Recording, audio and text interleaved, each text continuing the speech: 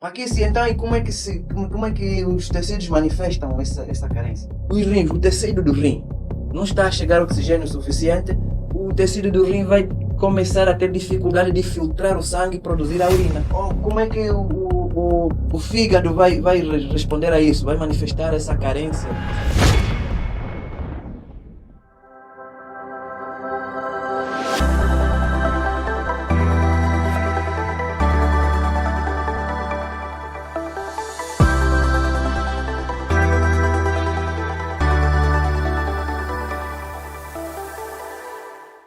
Olá, sejam bem-vindos a mais um Descomplicando Emergências Médicas com o Dr. Armindo Paquis.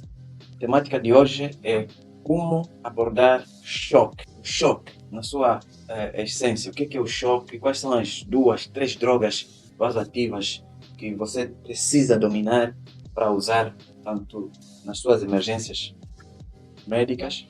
Quando terminar de assistir esta aula, você vai me ajudar e vai ajudar tanto o país inteiro a salvar muito mais vidas do que se salva. E o termo choque sempre traz consigo um monte de definições, uma série de interpretações, e às vezes quando vamos muito a fundo com os detalhes da própria definição, acabamos por nos perder um pouco. Então essa aula também tem o objetivo de simplificar o entendimento do que de facto é o choque.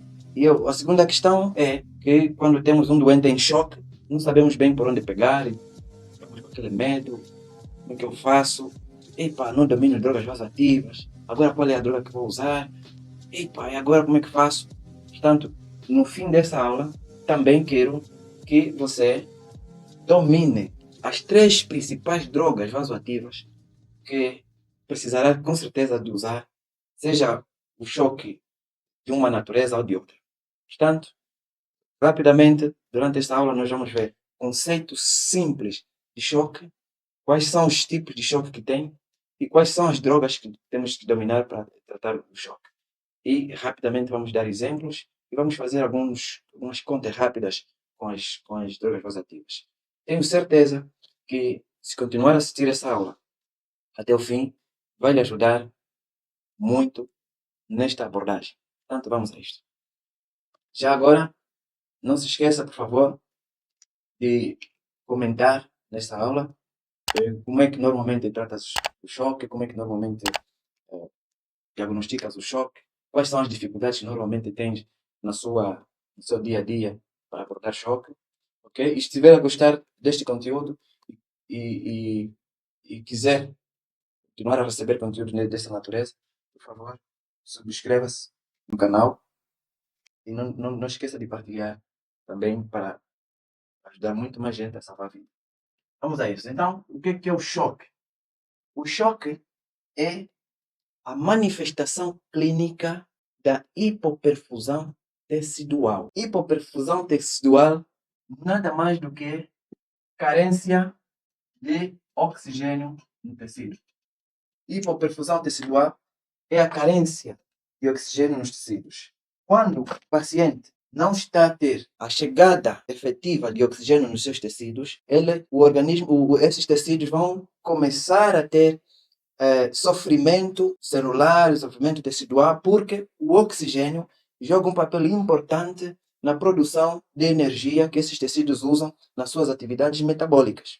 Então, quando escasseia-se o oxigênio no sangue, ou até tem oxigênio no sangue, mas não, por algum motivo, não está a chegar para estar disponível para ser usado pelos tecidos, então os tecidos vão começar a manifestar a carência, os efeitos da carência deste oxigênio. E isto é o que chamamos de hipoperfusão, e isto é o que vai configurar o choque.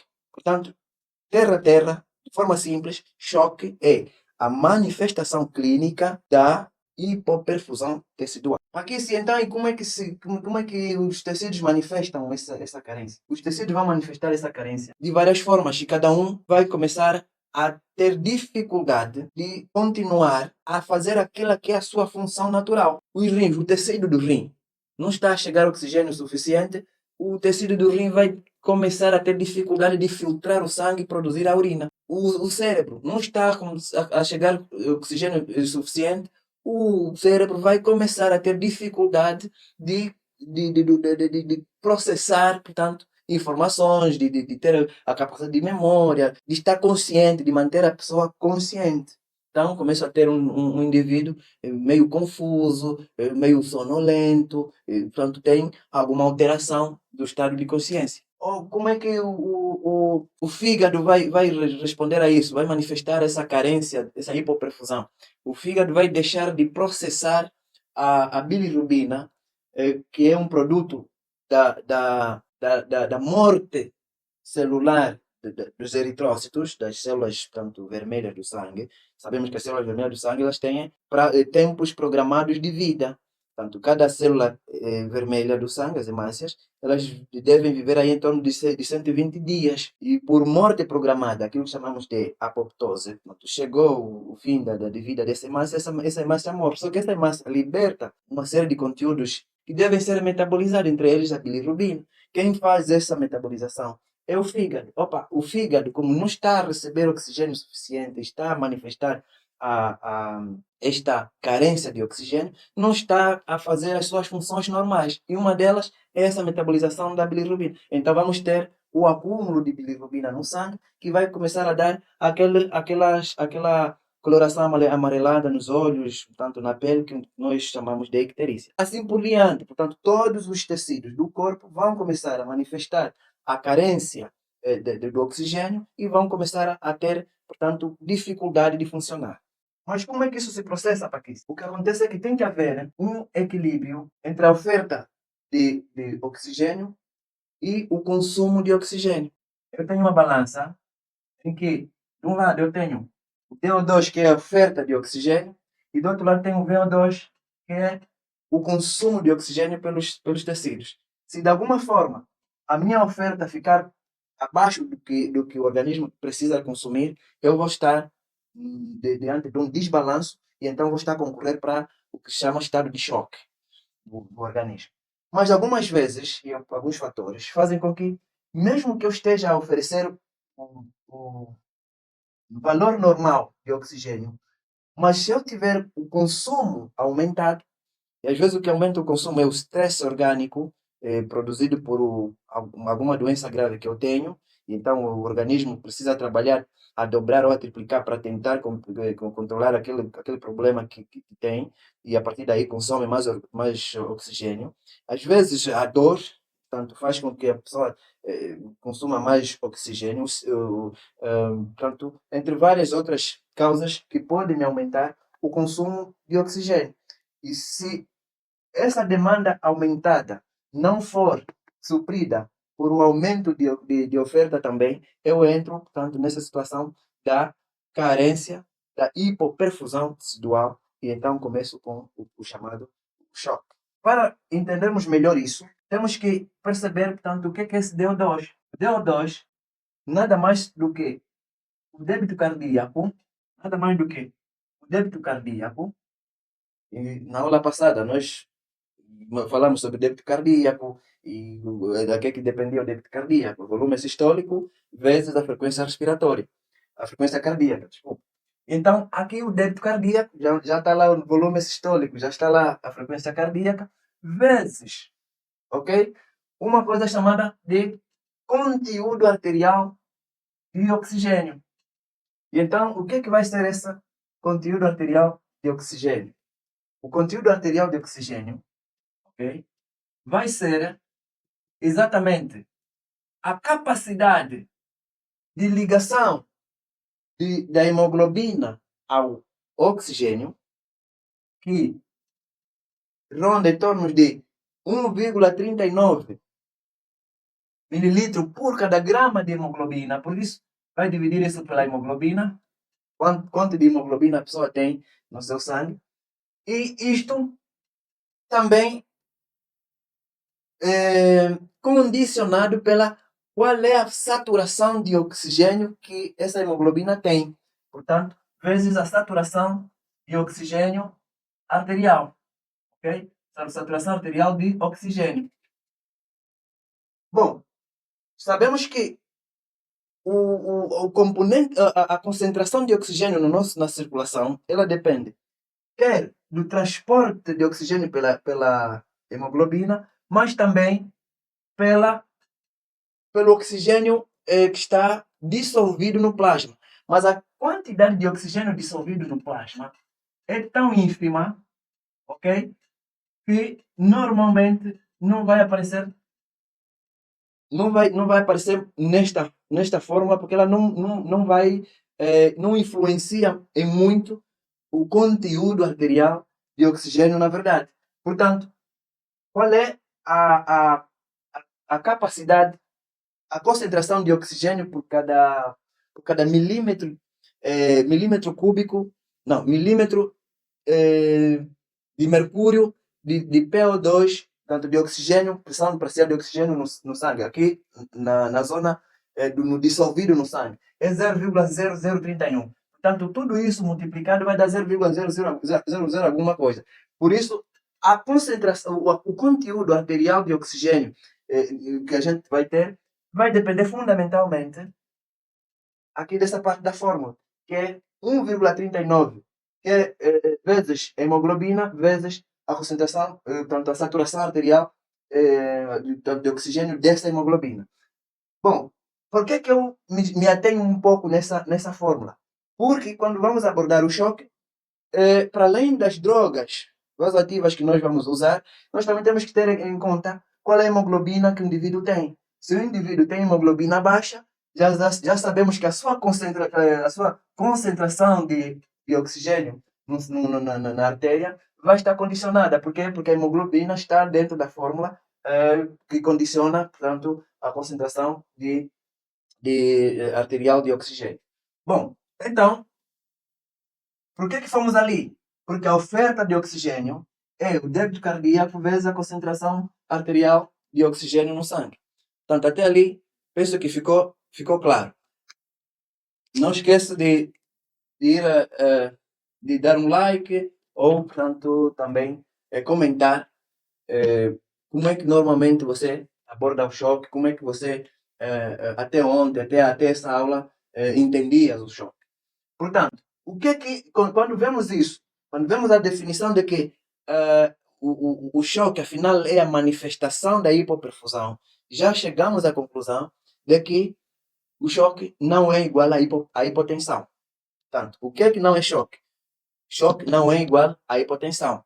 A pessoa pode estar com valor de pressão arterial relativamente normal, dentro dos limites normais, e ter, portanto, o seu conteúdo de oxigênio baixo, porque tem hemoglobina baixa, porque algum outro fator, porque o consumo de oxigênio aumentou por algum daqueles fatores que eu mencionei, e o paciente entrar num estado em que as células, os tecidos estão, portanto, a manifestar carência de oxigênio neles. Portanto, agora, feito isto, vamos fazer a próxima pergunta. Então, e quais são as situações, em que situações é que a oferta de oxigênio reduz? Por que reduz? Por que o oxigênio não chega lá? O que acontece? Portanto, aí vamos entrar no mecanismo etiopatogênico ou fisiopatológico do choque. E aí já vamos também falar que tudo isso tem a ver com esse boneco aqui. Vamos supor, bom, vou fazer um boneco melhor, não é verdade? Acho que vocês merecem. Fazer um boneco melhor. Vamos esforçar a fazer um boneco melhor. Coração. Coração. É o coração. Ok? Bom, aqui tem veia. Vou fazer essa esquematização. E aqui tem artéria. Então, tudo que está inteiro aqui, veia cava inferior, veia cava superior, ok? E aqui temos artéria. Vou esquematizar a artéria com o vermelho. Bom, a artéria. Os determinantes de uma boa circulação, eles têm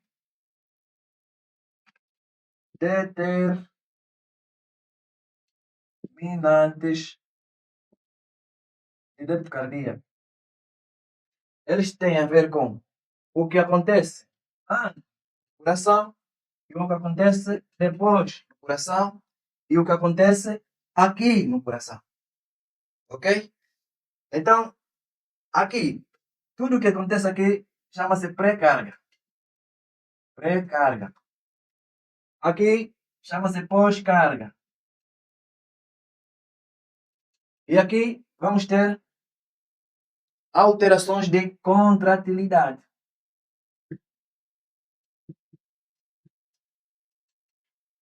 Então, pós-carga corresponde ao quê? Retorno venoso. Todo o sangue que chega ao outro direito, ventrículo direito, para depois ir para os pulmões e volta. Então fica disponível para sair para a artéria aorta. Portanto, o retorno venoso é o principal elemento da pré-carga. Portanto, todo o sangue que entra, se for pouca a pré-carga, pela lei de Frank-Starling, quanto menor o volume que chegar ao ventrículo, menor vai ser o grau de estiramento da fibra miocárdica e menor também vai ser a contratilidade e a ejeção desse volume. Então, pré-carga vai nos condicionar a circulação se ela estiver baixa, ok? Dentro do coração, nós podemos ter um infarto agudo do miocárdio extenso que faz com que o coração perca força, o músculo cardíaco perca a força de contratilidade, então contraia mais fraco, né? Contrai de forma mais fraca, e a partir daí não ejeta volume suficiente para tanto completar um débito cardíaco suficiente dentro de 1 minuto. Tanto, e todas as outras doenças, arritmias, taquiarritmias graves, bradiarritmias graves, insuficiência cardíaca por miocardiopatia dilatada, por miocardiopatia hipertrófica, portanto, todas essas situações que vão condicionar que o músculo cardíaco faça o seu trabalho normal e lance para a circulação a quantidade normal de sangue a cada batimento, então isso vão ser fatores intrínsecos ao próprio coração que vão condicionar uma boa circulação e uma boa entrega de oxigênio, portanto, aos tecidos. Após carga, aqui se destaca a resistência vascular sistêmica. Sempre que eu tenho um fator que faça com que haja vasoconstrição generalizada, eu vou ter vasoconstrição sistêmica, resposta vascular sistêmica, uma resistência vascular sistêmica, e então isso vai, portanto, condicionar uma maior pressão ou uma menor pressão. Se isso for, a resistência vascular sistêmica for alta, significa que o paciente está vasoconstricto, eu posso ter hipertensão. Mas se a resistência vascular sistêmica for baixa, o paciente está vasoplégico, vasodilator, os vasos estão flácidos, então não mantém a pressão. E aí eu tenho uma hipotensão. Eu tenho uma circulação lentificada, e com essa circulação lentificada, eu não tenho a chegada boa do oxigênio aos tecidos, e os tecidos vão começar a ressentir carência de chegada de oxigênio e vão começar a ter então as manifestações clínicas da hipoperfusão. Então, resumindo, eu posso ter choque porque o meu retorno venoso está baixo.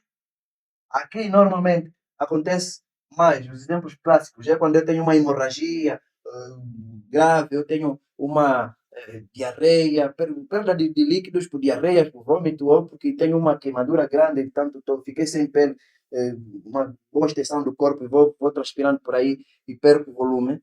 E a partir daí, então, o meu retorno venoso é baixo e em função disso, o débito cardíaco também vai ser baixo e a circulação vai estar lentificada. Mas eu posso ter problemas circulatórios por causa de problemas da contratilidade. Como eu já expliquei, infarto agudo do miocárdio, insuficiência cardíaca, arritmias graves. Agora, eu posso ter problemas porque após carga que é a resistência vascular sistêmica, está alterada.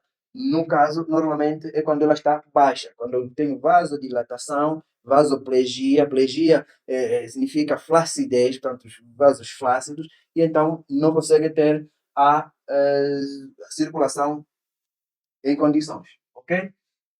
Bom, em dependência de qual desses fenômenos está mais implicado na minha, na minha, no meu problema, no choque que eu tenho, o paciente que está na minha emergência, eu posso ter então os seguintes tipos de choque.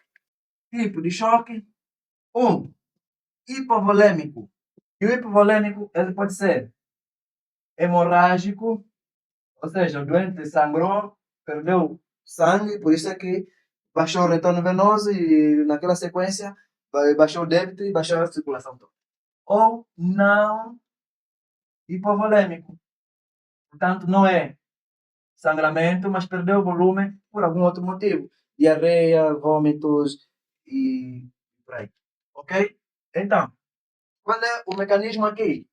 O mecanismo aqui é baixo retorno venoso, por hipovolemia. Ok? Agora, qual é a droga que eu vou usar? Mecanismo. E qual é a droga que eu vou usar? Já vamos chegar lá nas drogas. 2. Choque cardiogênico. Bom, o mecanismo aqui é baixo débito cardíaco. Por quê? Porque o coração tem problema e não consegue bater com força. Diminuiu a força de contratilidade do coração e então não consegue injetar o sangue com mais força. E a partir daí, lá à frente, a circulação está lenta, os tecidos não estão a receber o oxigênio na velocidade que devia e começa a ter manifestação de choque. Qual é a droga que a gente vai usar para aumentar o, o, a força do coração? Comenta aí, eu preciso ver aí, você a comentar qual é a droga que vamos usar aqui. E qual é a droga que vamos usar aqui? Também preciso que comente. Bom, 3. Choque. E eu vou deixar o terceiro choque, por fim, porque por algum motivo muito peculiar.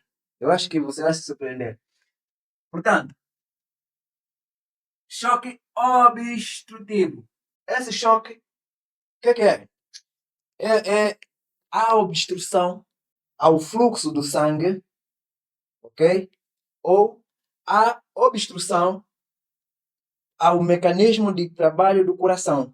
Ou eu tenho líquido à volta do coração, no saco pericárdico, e que impossibilita o coração de fazer o seu movimento de relaxa, contrai, o que nós chamamos de tamponamento cardíaco.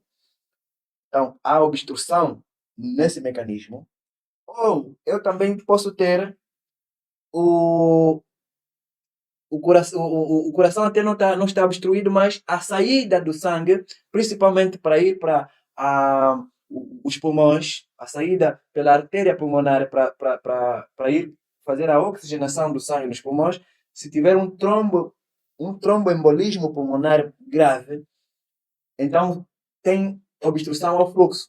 O sangue até chega ao coração pela veia cava, quer inferior, quer superior, mas depois não consegue continuar o trajeto, porque daí tem que ir aos pulmões para fazer a oxigenação, depois voltar pelas veias pulmonares ao átrio esquerdo para ir para o ventrículo esquerdo e ir para a circulação geral, mas fica represado ali porque não consegue avançar, porque tem obstrução a nível da artéria pulmonar. O que é que vai acontecer a jusante, à frente?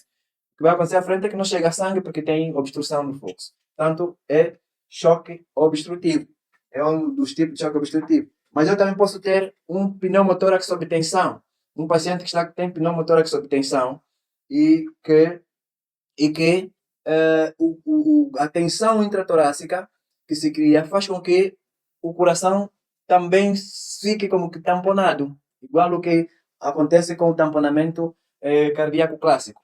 Nesses 3 tipos que eu citei, quer o tromboembolismo pulmonar maciço, com repercussões circulatória, quer o tamponamento cardíaco, quer o pneumotórax sob tensão, nas suas situações avançadas mais graves, produz-se um choque chamado choque obstrutivo, porque há obstrução no mecanismo de funcionamento normal do coração ou obstrução ao fluxo sanguíneo.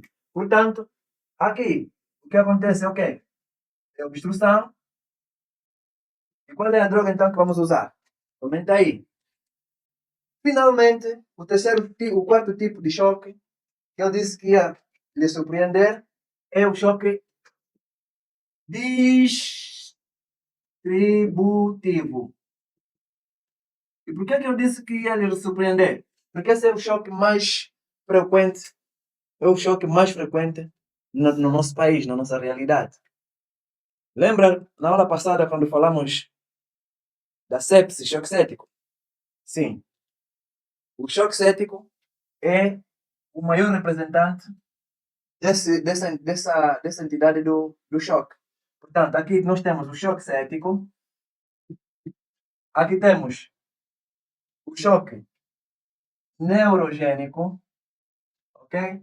Aqui temos o choque anaflático, ainda temos aqui também o choque por intoxicação por monóxido de carbono, ok? O choque por intoxicação por cianeto, todos eles entram aqui. Mas dentro desses aqui, o mais frequente é o choque cético. E é, com certeza, o choque que mais mata em Angola. Qual é o mecanismo aqui de como se produz isso? É a resposta inflamatória sistêmica provocada pela infecção gerar a vasodilatação e vasoplegia. Então, naquele boneco outro, já está a ver que vai ser o quê? Uma baixíssima resistência vascular sistêmica. Portanto, eles são todos os vasos vasodilatados, plégicos, e então a pressão arterial baixa por conta disso.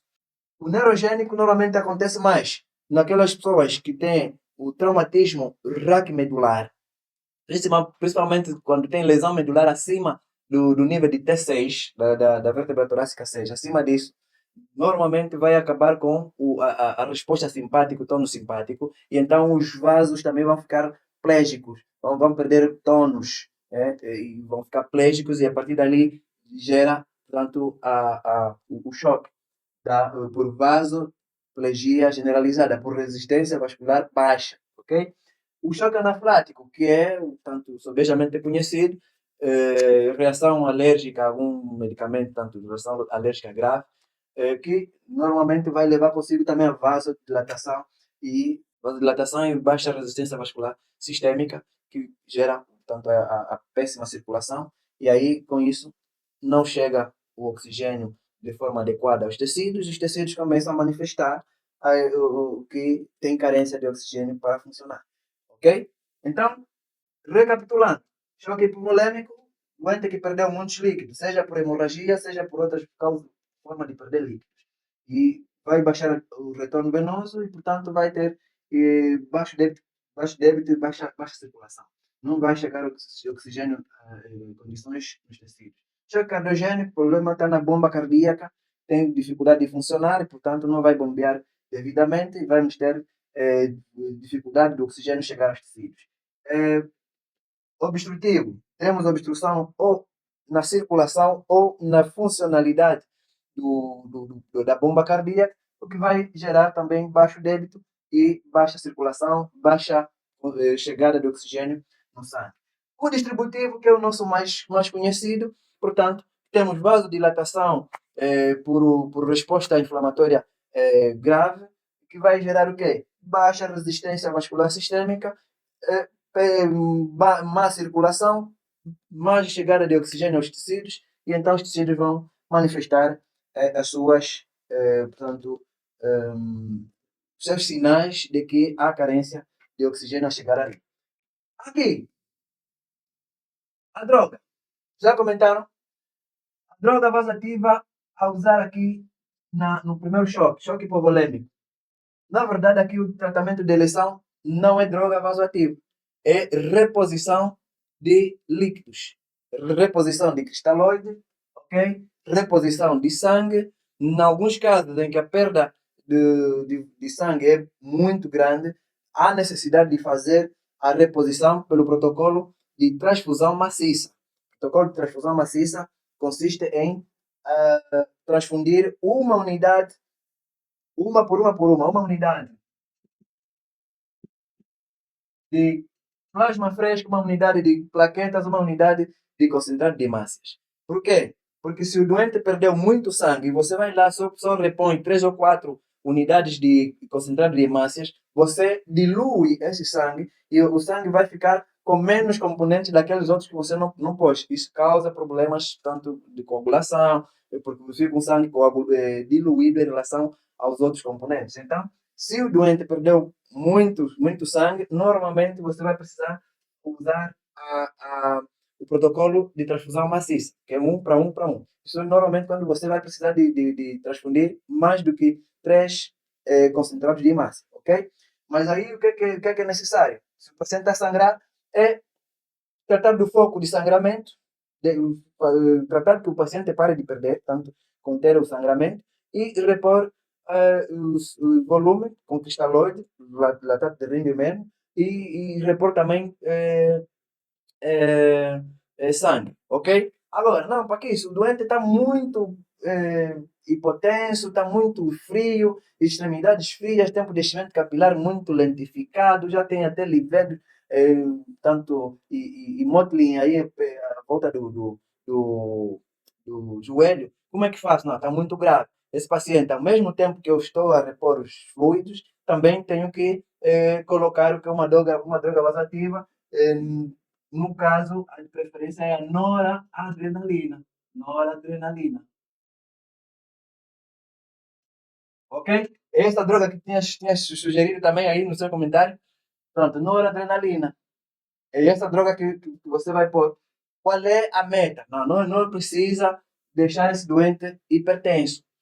Um doente que está a sangrar, enquanto você não estancar a fonte de sangramento, não pode o doente ficar com pressões normais. A nossa meta é que o paciente tenha uma pressão sistólica superior a 60, a 70 milímetros de mercúrio. Não é atingir o 110 ou 120 por 80. Porque quanto maior a pressão num doente que está com vaso aberto a sangrar e nós metemos pressão maior, o que pode acontecer é ele sangrar muito mais ainda. Portanto, vamos colocar uma noradrenalina, preconizando que a pressão esteja no valor no inferior, o melhor possível para perfundir os órgãos, sem que lhe ponhamos hipertenso ao ponto de piorar o sangramento. Ok? E o choque cardiogênico, qual é a droga de eleição? Como o que aqui temos é déficit da bomba, aqui temos que lançar mão numa droga que aumenta o inotropismo, aumenta a força de contratilidade. E então, das drogas que nós temos, das aminas que nós temos, a que faz isso é a dobutamina.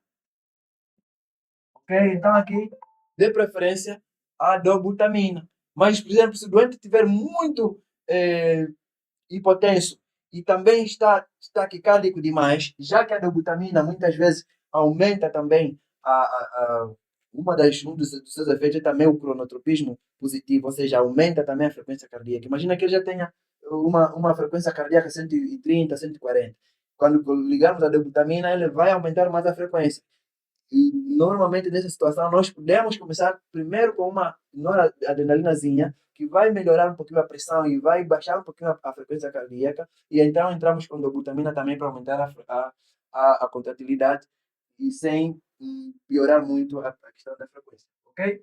Aqui no obstrutivo, aqui o que tem que ser feito é desobstruir, é resolver logo a causa que está ali a obstruir o funcionamento do coração. Se é tamponamento cardíaco, tem que fazer punção de Marfan ou fazer uma janela pericárdica, se estiver disponível. Se é pneumotórax obtensão, então tem que fazer já a descompressão desse pneumotórax obtensão. Isso nós vamos falar também tanto no DEM, ok?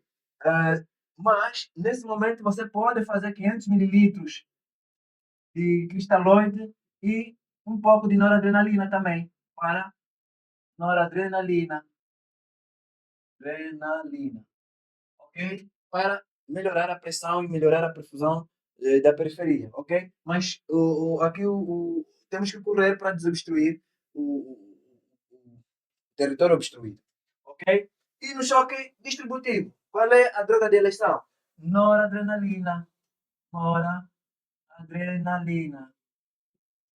É a droga de eleição. Aqui, você precisa lembrar de uma outra droga. Vou dar essa outra droga e depois vou dar mais uma de bônus, ok?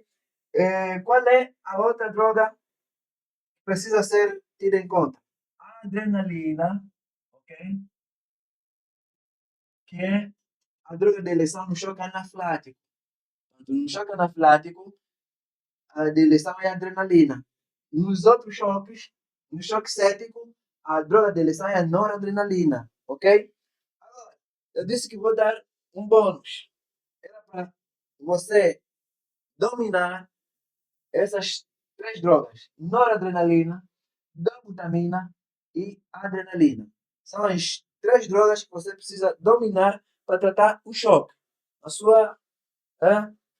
Agora, no choque neurogênico, como eu disse na definição dele, o doente tem lesão medular, perdeu tônus, atividade simpática, perdeu tônus vascular, mas com ele também ele perde a atividade simpática que ele perde, ele também perde o cronotropismo. Esse doente normalmente está extremamente bradicárdico.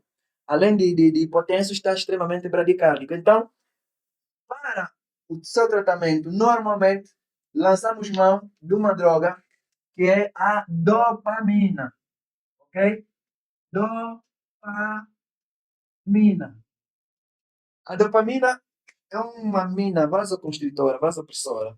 Tem mais ou menos os mesmos efeitos que a noradrenalina, que ele promove a vasoconstrição e então aumenta a resistência vascular e com isso aumenta a pressão arterial. Qual é o problema? Ele não se usa muito porque ele é muito taquicardizante e produz bastante arritmias. Então, é dado para populações bem selecionadas, aquelas pessoas que não tenham risco de desenvolver arritmias. Por isso é que normalmente ele não, quase não se usa muito como primeira linha em nenhum desses choques, a menos que seja um choque neurogênico, onde o doente está bradicárdico, ou seja, frequência cardíaca muito lenta, e então nós vamos exatamente aproveitar um dos seus, digamos assim, pontos fracos, que é ele ser muito taquicardizante a ponto de ser arritmizante, ok? Então, para fazer com que aumente a frequência cardíaca desse doente, ao mesmo tempo que ele faz, então, a vasoconstrição e ao mesmo tempo que ele recupera a, a pressão arterial desse doente com choque neurogênico. Portanto, dopamina no choque neurogênico, lembrar que se não tenho a dopamina, eu posso usar também a adrenalina, que tem equivalência nesse quesito. Ok? Então, aqui estão os tipos, quatro tipos, e aqui no hipovolêmico temos os subtipos, no distributivo temos os subtipos e as escolhas em relação a como eu trato esses doentes. Agora, mas Paquice, como é que eu faço? Porque todas essas drogas e todas essas situações têm que ser ahm, em bomba infusora, seringa perfusora, eu não tenho isso e tal. Não é problema nenhum, não é por isso que você não vai tratar o doente. Você reconhecer que o doente está diante do choque cético, já sabe que é choque cético. Por que é choque cético? Não, ele tem uma infecção, uma celulite, uma perna tanto inflamada, está ali a infecção e chega para mim com sinais e sintomas de choque. Quais são os sinais e sintomas? Falamos há pouco tempo. É um doente que, do ponto de vista neurológico, está aí sonolento, ou agitado, ou confuso. É um doente que, do ponto de vista da pele, tem a pele fria, com tempo de enchimento capilar prolongado, mais do que 3 4 segundos. É um doente que tem mottling. É um doente que, ao galieio há 3 4 horas e não tem no saco coletor mais do que 0,5 mililitros por quilo por hora de urina. Mas como é que faço isso? Imagine um doente com 70 quilos, ok? Doente de 70 quilos, e chegou com esses sinais, está frio, está relativamente hipotenso, com uma pressão sistólica a pressão arterial sistólica de, vamos supor, de 90, ok? É um doente que normalmente tem pressões mais altas, mas agora vem com uma ferida infectada no pé e vem com pressão de 90. E com alteração um pouco do nível de consciência. E aí eu avaliei, passadas 4 horas da avaliação, eu tenho ele com no saco coletor com 100 mililitros de urina. Isso está muito, é pouco, está bom, não está bom? Pronto. Eu preciso dividir isto aqui pelo peso dele e pelas 4 horas de avaliação para ver se isso está bom. Então, 100 a dividir por 70 deu quanto? 100 a dividir por 70, vamos lá, 100 dividido por 70. Isso dá 1,48, não? Pronto. 1,4. 1,4 dividido por 4. Deu quanto? 1,4 dividido por 4. 4 horas. Deu 0,3. Ok? O que é que isso significa? Significa que o meu doente de 70 quilos tem como ritmo diurético igual a 0,3 mililitros por quilograma por hora.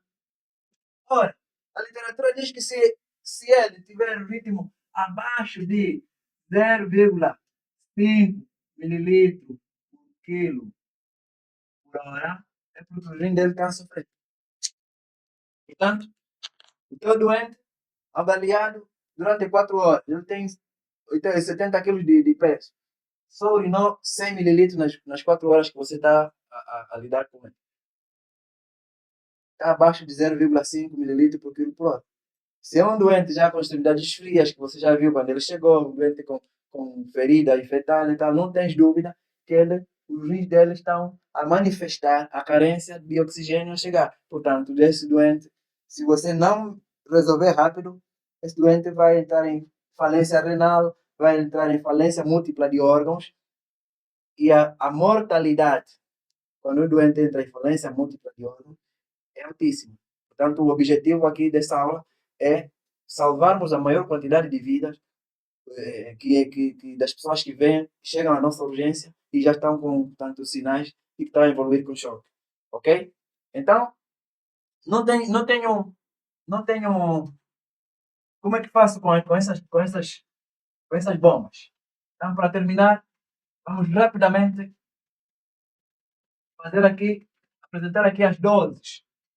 Como é que eu faço para usar essas drogas? Mas não esqueça de pôr o like aí na aula, ok? Se tiver a gostar, e certamente está, porque tenho certeza que você está a aprender. Então, partilhe essa aula para outras pessoas aprenderem também, assim salvamos mais gente. Vamos a isso.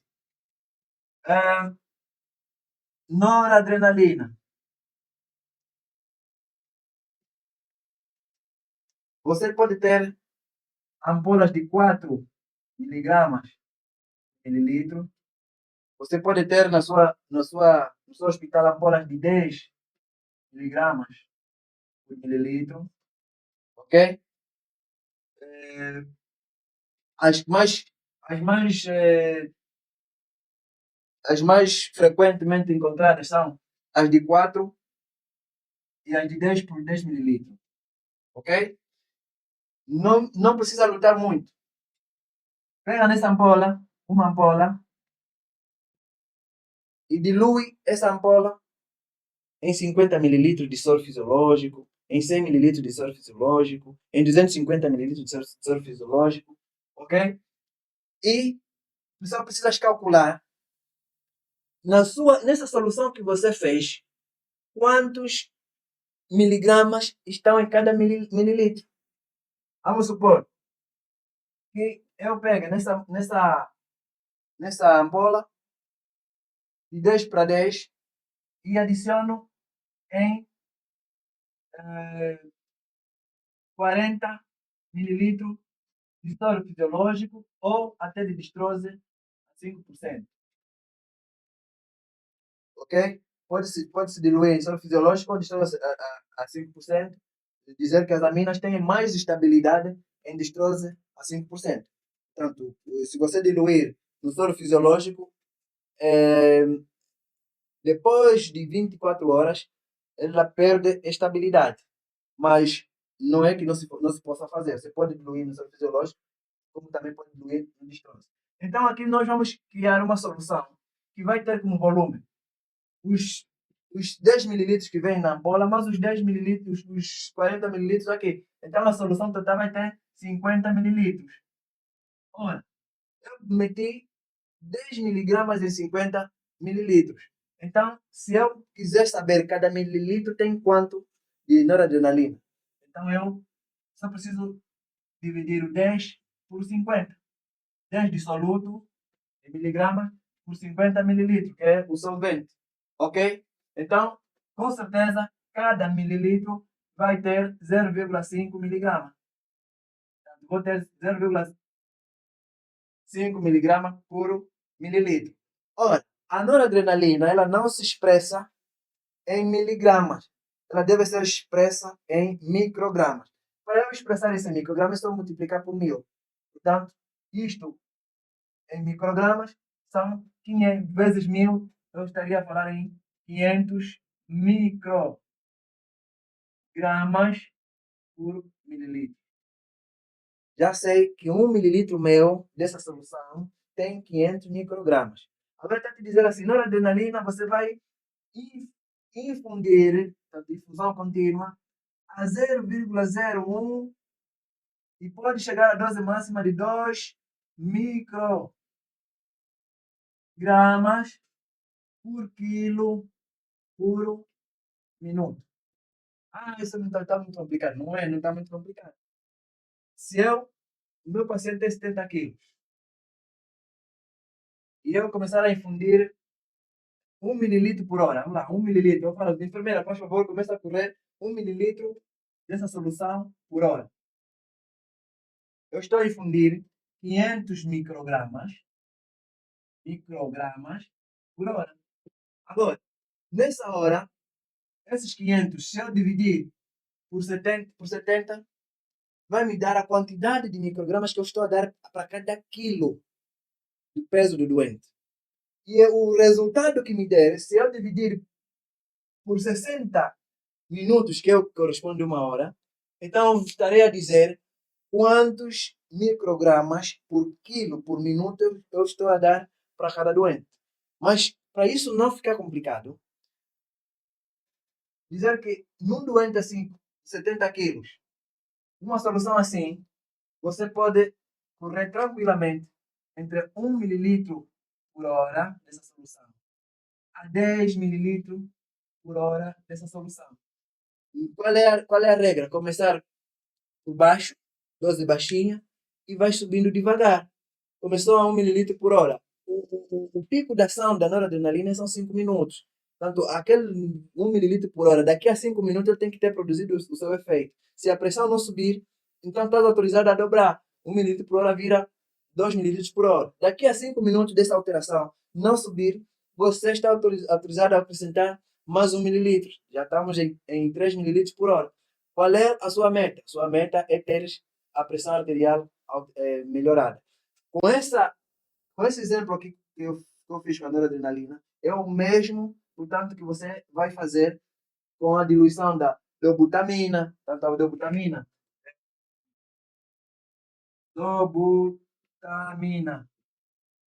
são 250 miligramas, normalmente tem 20 mililitros, assim que vem a ampola, ok? E você também pode pôr uma ampola dessas, juntar com mais 20 mililitros de soro fisiológico ou destrose e faz uma solução total de 50 mililitros. Portanto, vai ter 250 miligramas em 50 mililitros. E começar a correr também 1 miligrama, 1 mililitro por hora. E qual é a sua meta? A sua meta é a pressão melhorar, é a perfusão melhorar, é o paciente começar a urinar, é o paciente acordar daquela sonolência que tinha. Assim por diante. A adrenalina, normalmente ela vem em ampola de 1 miligramas por mililitro. Bom, você pode juntar 4 ampolas em 94 mililitros de soro fisiológico para preparar uma solução de 100 mililitros e começar a correr também baixinho, 1 mililitro por hora, e vais subindo devagar a cada 5 minutos, em função da resposta que estás a ter da pressão arterial. Isto, numa bomba infusora ou numa seringa perfusora, é mais fácil, porque você faz aí a programação da seringa, a seringa faz isso sozinho. Mas se não tem bomba infusora ou seringa perfusora, não é problema nenhum. É mesmo num soro grande pendurado, se o seu sistema de soro é microgotas, você já sabe que o sistema microgota, quantas gotas equivale a 1 mililitro, ok? Então, se você na bomba farias 1 mililitro por hora, supomos que você tem um sistema microgota, são 20 gotas que correspondem a 1 mililitro. Então você também vai ajustar 20 gotas por hora. Estão dadas, então está dado 1 mililitro por hora também. O sistema macrogotas, são 10 gotas que compõem 1 mililitro. Então também coloca aí a correr 10 gotas por hora e vais subindo um pouco essas gotas para 40 ou para 60 ou para 100 gotas por hora em função da sua resposta. Portanto, não é por não teres seringa perfusora ou bomba infusora que você não tenha capacidade de tratar um paciente em choque. O paciente está hipotenso, está com frio, com portanto, falha renal, com aqueles sinais de choque, e você pode muito bem tirá-lo dessa situação. Ok? Bom, então é isso aí. Não se esqueça de pôr like, comentar.